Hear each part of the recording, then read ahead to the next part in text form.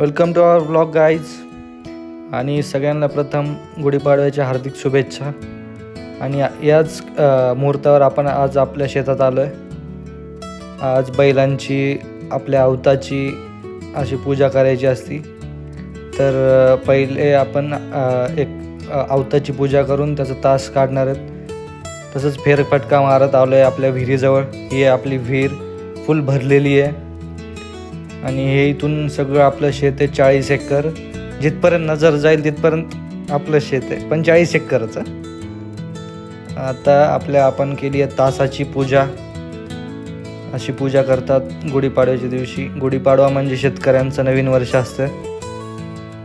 आणि अशी बैलांची वगैरे पूजा करून, बैलांची गड्यांची अशी सगळ्यांची पूजा करून नवीन वर्ष सुरू होत असतं शेतकऱ्यांचं. असं सगळं हे करून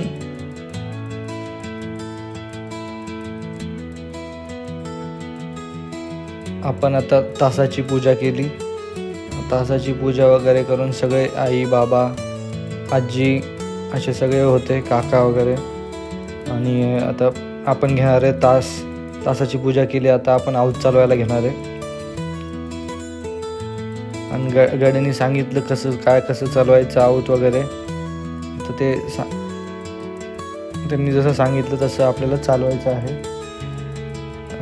आता मी आऊत चालवते. मला काय जास्त जमलं नाही, ते एक साईडलाच गेलं तर आधी. मग जरा पप्पांनी शिव्या दिल्यावर मग ते बरोबर गेलं. आणि अशा प्रकारे आजचा आपला ब्लॉग संपलेला आहे. आणि आता आपण निघणार आहे घरी वापस. असं मी कधी शेतात जातो, रोज जात नाही. पण असं गेलं की जरा काहीतरी करायची इच्छा झाली, म्हणून आज जरा वेगळं काहीतरी केलं. धन्यवाद.